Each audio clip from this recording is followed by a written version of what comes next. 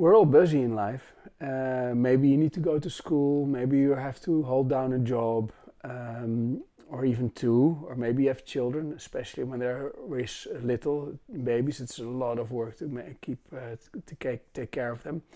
Maybe you have a house to take care of, maybe it needs to be painted outside. And then there's of course the household, you have to do shopping. You have to take care of your health, you have to work out a couple of times a week. And there are movies you want to see, there are friends and family you want to spend time with. And then you have other hobbies, maybe you want to learn to play the guitar or the piano. And on top of that, of course, you have the distractions like social media, both scrolling through feeds, but also creating posts takes a lot of time. So you have all these distractions. So how do you start to draw? I mean, it's very hard to find, to even start, because it's very hard to, you tend to see all the mistakes in your drawing, so it's very demotivating. So you remember drawing yesterday, so it's not very easy to start. So it's very easy to get distracted by other distractions, to do something else. And so where do you find the time to draw? So in this video, I'm going to present 11 tips that will hopefully help you find time in your busy schedule to draw. In the video that accompanies this podcast episode, you can see me using the free art flashcards app that comes as part of the Practice Drawing This website. You can see the link in the description that comes with this podcast. So see, as you can see, basically in this video, you see one trick. I'm combining making YouTube videos with drawing. But I will come to that as a later tip. Welcome to Practice Drawing This podcast, which is designed to listen to while drawing. So tip number 1, record in a calendar what you spend your time on. So only do this for a week. It's really a hassle. It's not fun to do. It's a lot of effort, but do it for a week. Find a calendar big enough. You can maybe make one on a sheet of paper. You can make one yourself. You only need 7 columns for the 7 days of a week, and then divide it in times, and then keep track of everything you do, everything. So maybe in chunks of half hours, and use different colors for the different activities. And so you can see at a glance where you're losing time, basically.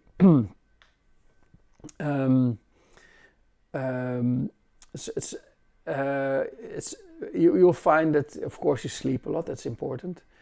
And you might discover that you are actually using a lot of time to draw, but you might also find that certain things you have to do. You have to go to work, you have to go to school, but you might find surprising areas where you're losing time on social media, for example. So it's very useful.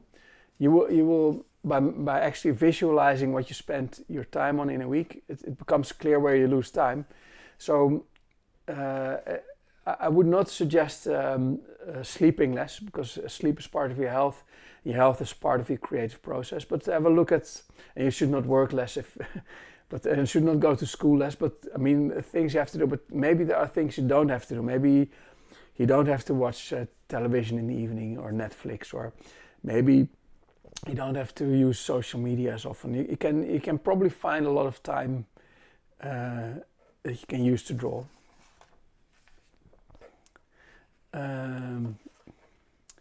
Tip number 2. So that's related to it. Stop scrolling on social media. It's part of tip 1. If you look at what you waste time on, this is probably a big component. But don't say you're not on social media, because statistically you are. When I am in a subway, I just see people on their phones. Almost everyone is on their phone. Just almost everyone. So statistically, you're on social media. Well, what's the harm? You think, well, I'm in a subway. I can't do anything else. I might as well. You can. It's another video, but you can draw in your mind, memory drawing, when you're in a subway. But that's a different subject. Well, it's actually sort of the same subject. I'll discuss that probably later. But it's it feeds your brain with garbage. It's fast food for the brain, so it keeps your brain busy. Whereas if you allow yourself to be bored, just not be on social media, you find that your subconscious is working to come up with the ideas. Suppresses your creativity, social media, because it takes up all your concentration, all your alertness, and focuses it on stupid, silly things, cat videos, etc. So you're losing a lot of your creativity by not allowing yourself to even be bored. It's better to not be on social media and just stare out openly into the space than to actually waste your brain power on parsing social media feeds. I think I'm going to mention it later, but one thing you can do is in such a situation where you can't really draw even, is try the memory. I think I'm mentioning it later, but try the memory drawing exercises.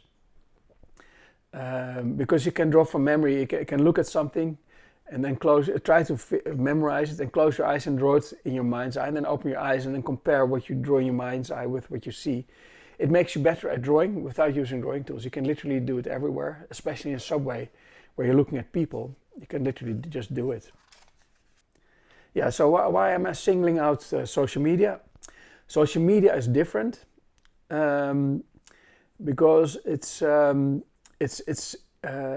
singling it out because it's a few activities are like that. I mean, movies are crafted well and have a message, and you learn from it, and it's about story, and story conveys is a metaphor for life, conveys meaning and experiences. It's a communication between people. It's more useful, and as an artist, you can study films and learn from them, and you can study still frames and understand how they compose the image, the whole composition of the movie. You can learn from that as an artist, and you can draw. You can draw while watching a movie. You can't draw while scrolling a feed. So you can literally put on a film on TV and just draw in your sketchbook. So it's and now you're probably thinking, well, so why am I watching a YouTube video then? Well, YouTube is different. YouTube is not really social media. YouTube is more like a video blogging site. So it's and on top of that, you can draw while listening to a YouTube video. It's what I often do, and I hope what you'll do also with these podcasts is that you draw while you listen to them, because that's really what they're designed for. You see me on the screen, you see me drawing on the screen, you see me using art flashcards, the free app, which is from the Practice Drawing This website, on screen. But you don't really have to look at the screen to enjoy the podcast. You can sort of not look at the screen and just listen and just draw while you're listening. So it's, in that sense, it's not as distracting as social media, where you just have to scroll the feed basically. As if you look at my appearance on social media, for a long time I've already been trying to get people off the social media platforms and into their sketchbooks. So it's that bad for you.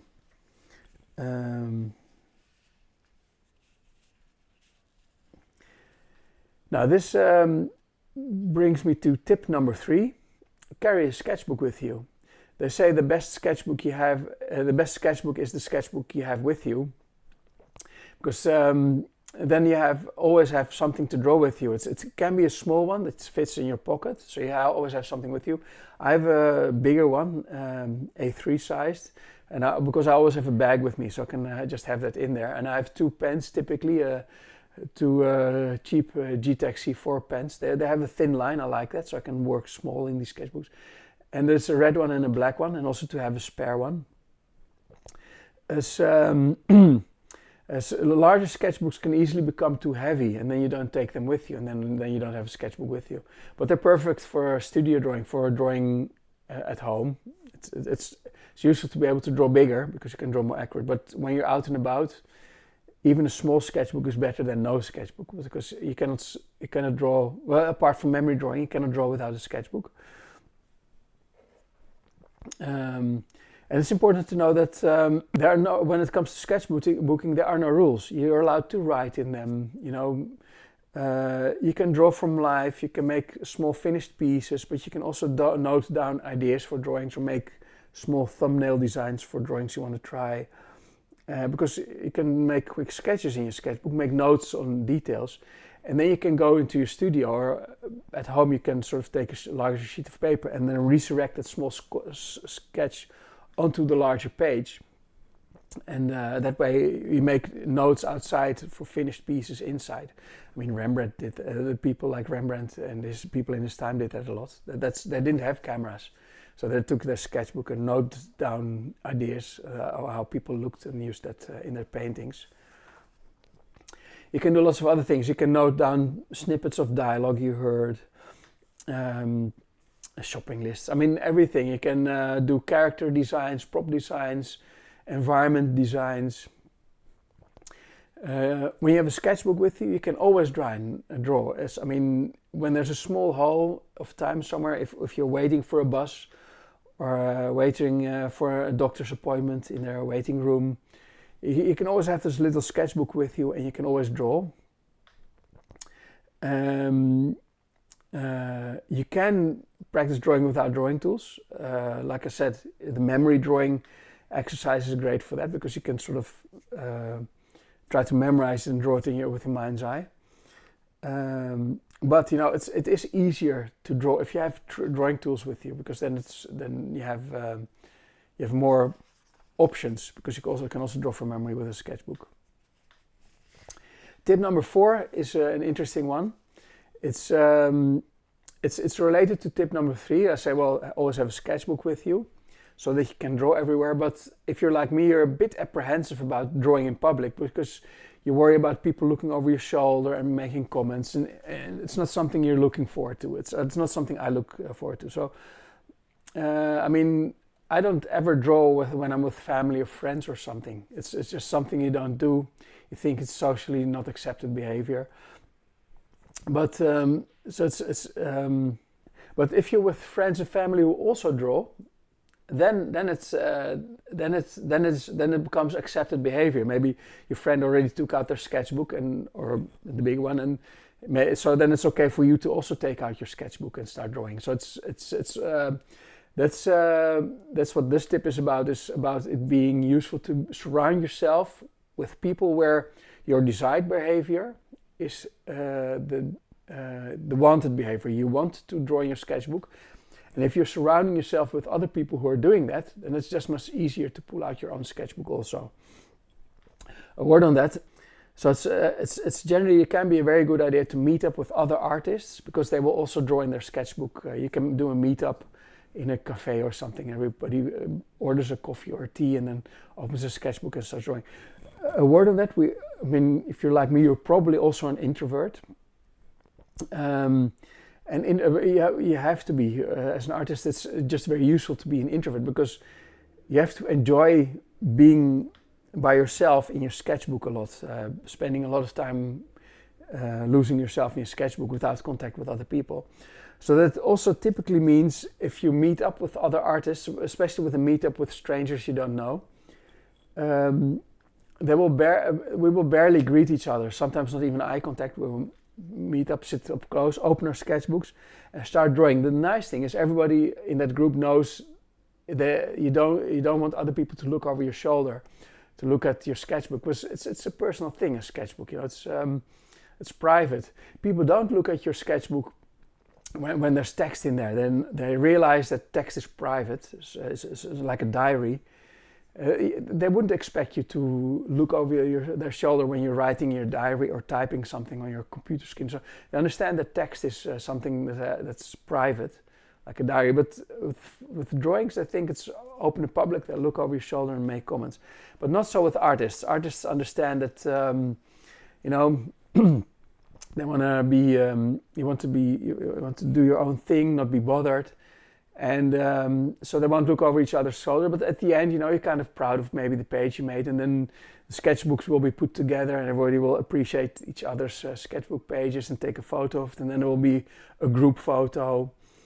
And And it's awkward because we're all introverts, we don't know each other.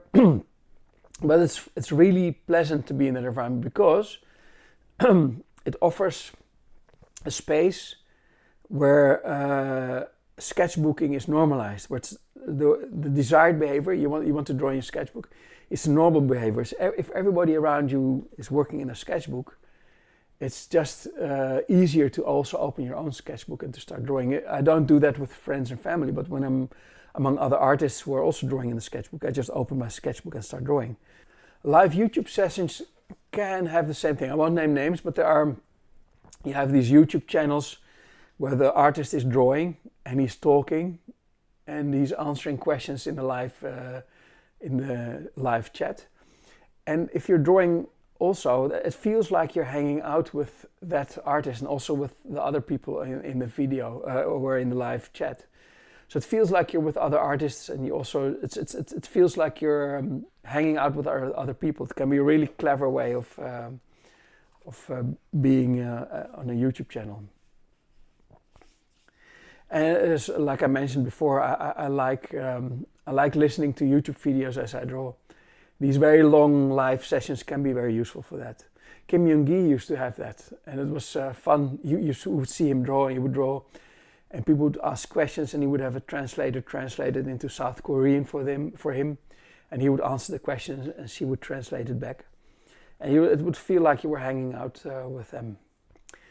Tip number 5, I already touched upon a bit. It's about draw while doing other things, like watching television. Many things don't require your eyes and hands. For example, now, like I mentioned, listening to YouTube videos. So you can select YouTube videos you want to listen to, podcasts, so that you don't have to look at the screen. That's a part of the problem with art education videos. I mean, I would love to see them, but they require you to look at the screen because someone is explaining to you how to draw something. And I want to have something I just listen to so that I can focus on drawing. But television can be that. If you're listening to the news, I mean, there's an anchor on screen. You don't have to listen. You don't have to look at the anchor. You can listen, and it's designed so that you can take everything you need out of it by listening.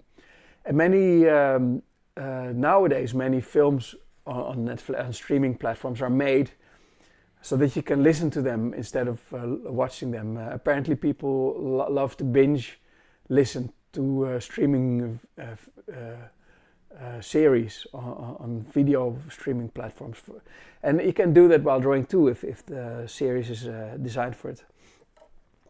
But you can also in other places where if you're waiting for a bus or waiting for in a waiting room for a doctor, or if you're waiting for a lunch, during a lunch break. It's one thing to know, by the way, is so that's the point of always having a sketchbook with you. You can literally do it always. You can't. It's very much harder to draw if you don't have your drawing tools with you. Like I mentioned before, you can.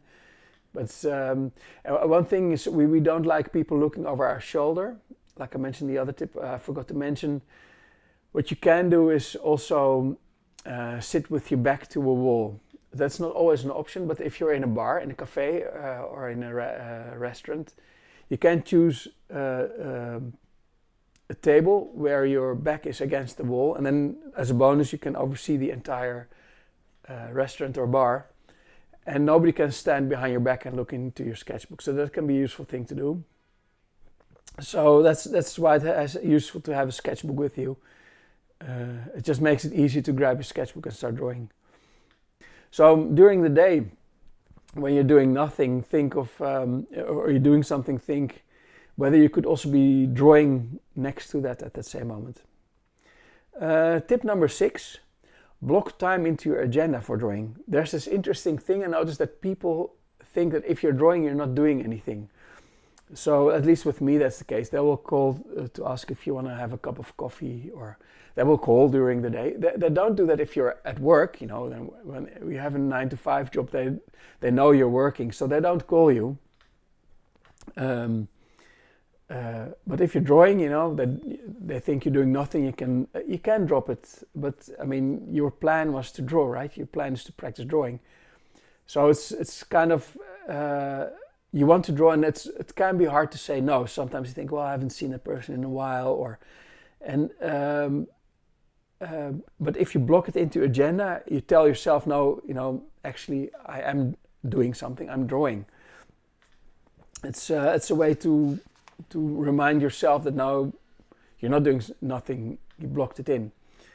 You don't have to keep doing it, but do it until it becomes an automatic habit. If you find yourself always drawing in the same time slot every day, then you know that you're drawing, and you know that maybe if someone calls, you'll call them back later after you finish your drawing session. Or it's when it becomes an automatic thing, and people will learn that you're actually drawing at that time. So one thing that helps with that is if you reserve a fixed time in the day during which you draw, and only to drop if really critical things get in the way.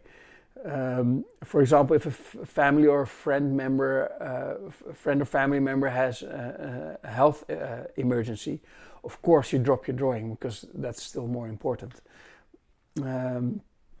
So you drop your drawing. That means there's also one caveat, and if you're a parent, you already know. If you have especially a small child, a baby, I mean, their health and well-being takes precedence over everything, including your drawing. And also, they might need you at any moment of the day. So you cannot plan a fixed slot of time during the day where you can draw, because you cannot reserve that slot, because your child might need you in that exact same slot. So it's and their health takes precedence. One cool thing is to see gurus. Sometimes you have productivity gurus that say, well, when you wake up, do this the first thing in the morning, fill morning pages. That's about writing. It's useful exercise. I might discuss in another video. It's also useful for artists. And they say, well, when you wake up, do this first thing in the morning. And then you think, well, okay, you can say that because you don't have a baby to take care of. You don't have children to take care of, because then you don't control your calendar, your agenda like that. Your child has precedence. And there's nothing you can do. All you can do is use all the other tips where you find a little spot of time if your baby sleeps, you might have a half hour or so to draw. It's very difficult also, because if you take care of a baby, you're exhausted. You just want to have a cup of coffee or a cup of tea. You don't want to draw. So it's very difficult to actually, and after that, but I'll discuss that later. It's when you bring them to bed, in the evening you have time to draw, but then you're just exhausted because you've got up at 6 in the morning. So when you have a child, you don't control your agenda, you don't control your calendar. So you can't listen to these gurus, but and you can't slot in times during the day where you can guarantee yourself that you're drawing. Again, if a family member or a friend has a health crisis, you have to drop everything and help them, of course. But that happens daily if you have a baby. But if you can, that's very helpful to make it like work, to have a fixed time slot during the day where you draw. Tip number 7. Draw when waiting somewhere. Maybe you're somewhere and it's time you blocked in to draw, but it isn't the time you blocked in to draw, but maybe you're waiting for a bus or a meal at a restaurant. I actually kind of mentioned that already. And this is where a portable sketchbook does come in handy. Whip it out and start drawing. Oh yes, this is why I should have mentioned this. I tend to feel self-conscious with people around me. So that's a reason why I don't whip out my sketchbook when I'm with family or friends. They will find it weird or look over my shoulder and try to comment on my sketches. It's like a diary. It's very personal. And people don't look over, like I mentioned earlier, don't look over your shoulder when you're writing in your diary, or writing or typing on your screen. People don't look at that because they understand that's private. So like I mentioned, one thing you can do is add text to your pages, because then people see the text and say, oh, I'm not allowed to look at that. And they will hesitate to keep on looking as soon as they see text. Like I mentioned before, try to have a wall behind you so that they cannot stand behind you and look over your shoulder. And tip 3, I didn't mention yet. It's to have a private and a public sketchbook. So the public sketchbook is where you can draw finished pieces that you are willing to show to people. And to have a private sketchbook where you try out things, where you experiment, try things you find hard to draw, make thumbnails, write down text, etc. So shopping lists, where you experiment more, and that you don't show. So that's your private sketchbook you don't show to anyone. And what I actually do is I do both in one sketchbook. So at the front of the sketchbook is my public sketchbook, and the back of the sketchbook is my private sketchbook. So if I want to think through an idea for a drawing or whatever, or think through some concept ideas for a YouTube video, for example, I do that in the back of my sketchbook. And if I notice people are trying to look at my sketchbook, I can quickly flip to the front where I filled pages with drawings that were meant to look good. Sometimes I do that with my art flashcards. I set up the art flashcard so it shows me drawings, the photos, and I try to make good copies of those photos and to try to make the drawings look good. And I do that in the front of my sketchbook, and in the back of my sketchbook I do the experimenting, the things I don't want other people to see. So like I said, when people want to see my sketchbook, I show them the front. They don't think to look at the back because they leaf through the sketchbook. Maybe they ask if they can look through it, and they go through the pages, and then they end at an empty page and they figure, well, this is where the sketchbook ends. They don't know that in the back of the sketchbook is all my private stuff. And so that's one way you can go about making it less awkward to draw in public. So because you have to worry about people wanting to see your pages. Tip number 8 is simplify your life. I touched on this in the introduction. Focus is about saying no to things. Focus is about doing as few things as possible and doing them really well. It's a good thing to choose a few priorities in life, to just say, well, this is my priority, these 3 things, make it 3 things, to make it your priority in life. And I mean, it can be family and friends, health, and then drawing, for example, and then you have 3 things, and then try to, you have other things, you have work, and you have school, so there's things you have to worry about. And then ditch all the other plans you had. Ditch writing a novel, writing a screenplay, learning to play a music instrument. I play with this a lot too, because I want to draw more. So why am I doing this YouTube video right now?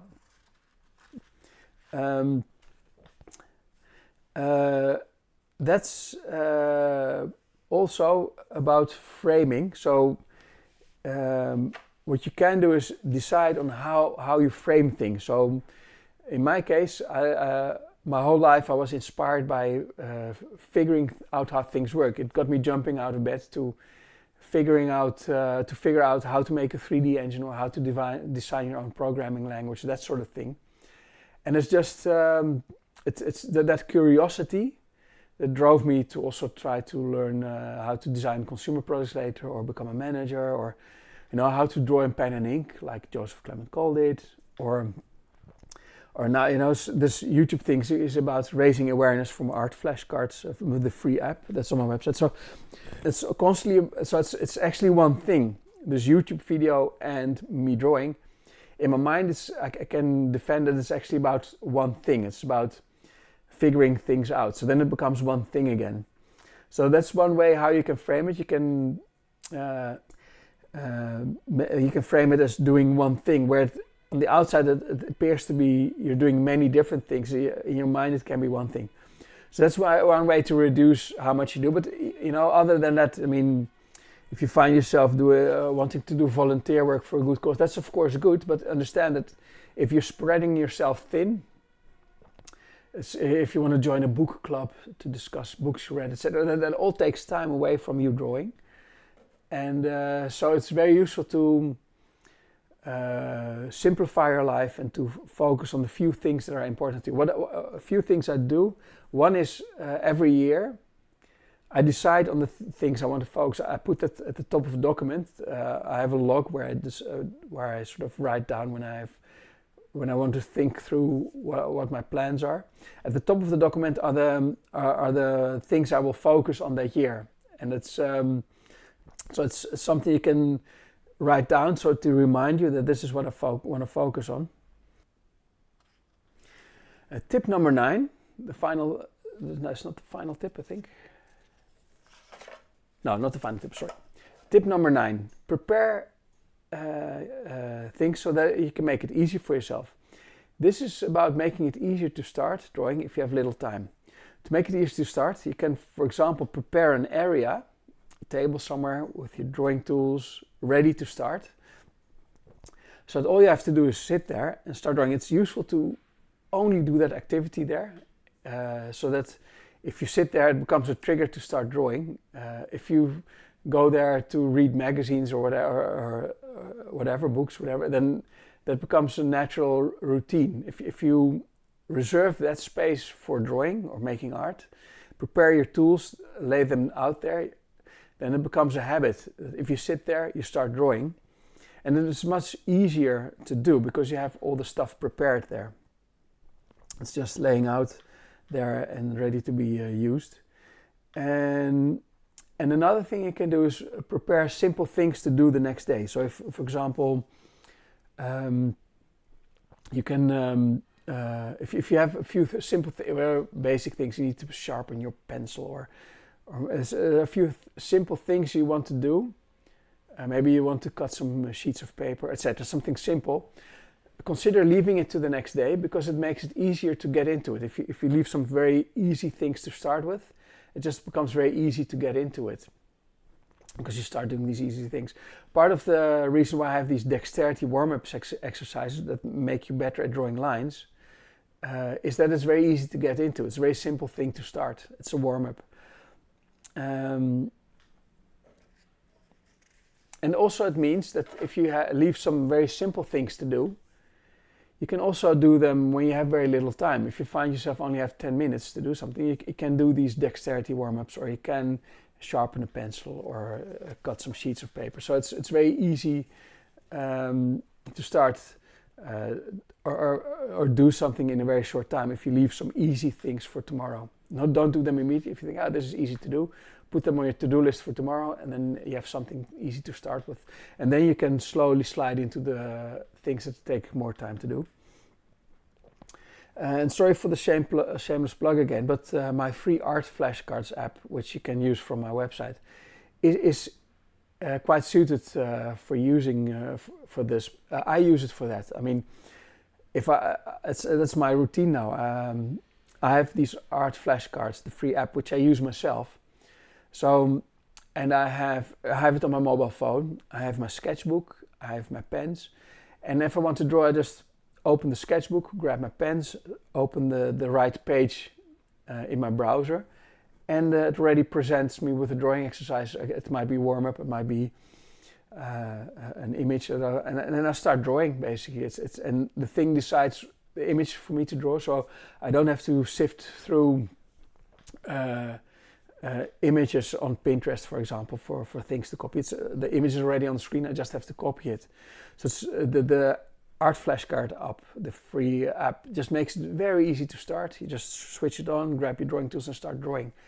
So that's one way to make it very easy for yourself to start drawing. That's how I do it. That's my routine for starting something easily. Tip number 10, it's an interesting one. Avoid small talk. Like I discussed before, if you're like me, you're an introvert. And introverts don't like small talk. And what happens if you find yourself locked in a space with other adults, like for instance when you're at school waiting for your child to come out or something like that, then adults sort of kind of feel that they have to fill that void with talk, small talk, and it's a hassle because it's I understand it's to kill time, but I mean, you'd rather be doing something else. So instead of starting a nonsense conversation. Um, I mean, don't get me wrong, the parents at that school where my child went to were great. They were very wonderful people. But just because you're there for an hour, it means you have to talk about nothing for an hour. And what I would sometimes do was, if it was possible, if the children had a party at school, then and the school intended for the parents to hang out and socialize amongst themselves, what I would sometimes do was silently walk around the block and find a place where I could sit and draw in my sketchbook. So there, you can find times where it's a good idea to excuse yourself from a social function and sort of find a place to draw. It gives you time to draw. It's a choice you make. Do you want to have a connection with the other parents, or do you want to have more time to draw? It's a choice you have to make. Sometimes you can't avoid small talk. If you're waiting for a few minutes at school, you're standing there and might as well. And again, these are wonderful people, but yeah, you kind of wish you had that extra time to draw, right? So that's this tip. So if you find yourself with a considerable amount of time to kill, and you're among strangers who want to fill the void with small talk, you can also consider silently sneaking out, finding a private spot where you can draw. Tip number 11 is a heavy one. It's also the last one. This will hold especially for parents with young kids. Like I mentioned before, if you have children, you get up early because they get up early, and then in the evening, you're after 9 or so, you're too tired to draw. You're just tired. So what you can do, and it takes some work. What you can do is go to bed early, just after your child went to bed, so like 9, and then wake up at 4 or 5. And the cool thing is you're very rested, so you can start drawing then. So you can easily squeeze in a few hours of drawing until your child wakes up. And those are very productive hours because you're fresh, you're rested, and so yeah, but it will cost you a lot, because it means you don't do other things. It means you will you have to avoid social functions in the evening. You can't go to a restaurant with friends and family because you want to be in bed by 9. You can't watch a sports event because you want to be in bed by 9. So adults do many social events in the evening. You can't go to a bar, you can't go clubbing. But yeah, you don't have a social life anyway with a baby, right? I mean, your baby is at home, it's in bed. But it means you won't have time in the evening, but you're tired anyway. So you might as well go to bed and sleep early. But you lose a lot of time in the evening where most adults do things. But you get the bonus of waking up at 4 or 5 and have a few hours. And the cool thing is, there's no disruptions because your child is still asleep, for sure. So they wake up at 6, you have a few hours to 1 or 2 hours to be really productive as an artist. But also the entire world is asleep. Nobody will call you, nobody will send you emails. It's really cool. It's dark outside, it's silent, you make yourself a big pot of coffee, and it's really weird to sort of be awake while the rest of the world is sleeping. It's very hard to keep up because the rest of the world is awake until 10 or 11 in the evening. So they do a few things in the evening where you don't join, but you do have a few hours extra in the morning to draw, and to give yourself the best hours of your day to your drawing, to your art creation. So, but you will give things up. So you will give up, in my country you can sit outside and have a glass of wine or beer outside on the terrace, and that's what people typically do in the evening. So I remember when I started doing this, I would lay in bed at 9 and it would still be light outside, and you could actually hear people outside sitting on terraces and stuff, and you feel sorry for yourself because you're missing out on life's fun things, people socializing outside. But then in the morning when you wake up between 4 and 5, suddenly you have a few hours to draw and it feels like you're alive. So and it's hard to sustain if the world expects you to be awake in the evening. But if you can manage to do it, you get a few hours of drawing time in the morning before everybody wakes up. And one cool thing about that is that the rest of the day becomes so much easier. If you've already drawn for 1 or 2 hours in the morning, you already put in time into your art, and then maybe you make breakfast for family members, or you go to work or to school. But it's easier. You already drew during the day, so you have less of that pressure of feeling, I want to draw today, I have to draw today. You already did that. You gave your best hours of your day to that creative habit. And you feel much more calm about it. And you can still do some drawing also in the afternoon. Okay, that concludes the list of tips that hopefully help you make more time to draw. Thank you for listening to this podcast, and hope that you will join next time too. Okay, bye-bye.